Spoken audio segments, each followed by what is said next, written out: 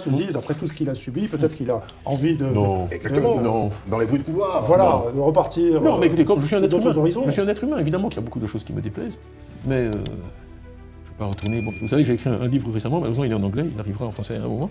Mais si vous lisez ça, vous saurez que ma vie n'a pas exactement été une promenade de tout repos jusqu'ici. Alors, J'ai affronté un certain nombre d'épreuves. Donc vous êtes déterminé pour l'avenir. Absolument, je ne vais pas. Alors, cela me rassure, Norbert, il y a un point qui est très important. Vous aviez évoqué, vous faites référence beaucoup à l'histoire.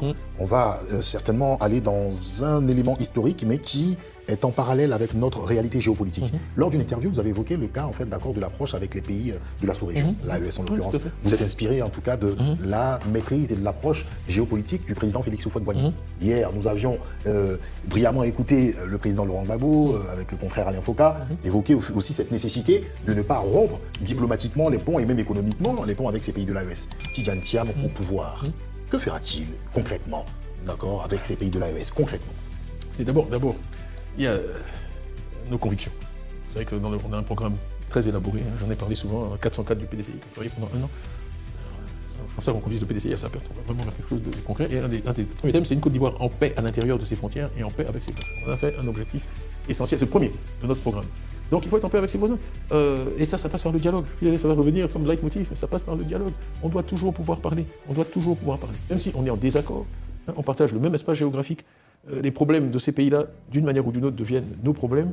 Et en tout cas, pour ce que j'ai pu voir dans nos analyses, dans nos recherches, les communautés de ces pays-là, aussi bien là où elles se trouvent, et que celles qui habitent chez nous et qui sont les bienvenus en Côte d'Ivoire, ont beaucoup de sympathie pour le PDCI. Je veux vous dire que beaucoup d'entre eux se préparaient à voter pour le candidat du PDCI au cours de cette élection présidentielle. Ils nous l'ont dit, que ce soit des communautés burkinabées, des communautés maliennes.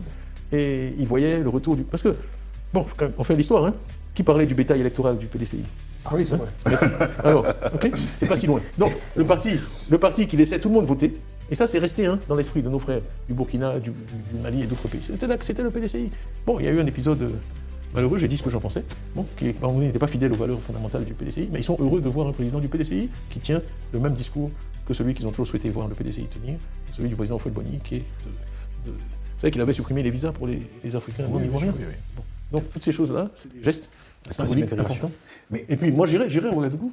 Je suis certain que absolument, certainement Norbert, on ira couvrir ces événements sur Ouagadougou. Bien sûr. Anwar El-Sadat est allé voir Menahem Begin. Effectivement. Alors quel problème il y a entre la Côte d'Ivoire et le Burkina qui fait qu'on ne peut pas aller à Ouagadougou? Moi je suis certain que je serais bien accueilli. Un élément, si tu permets.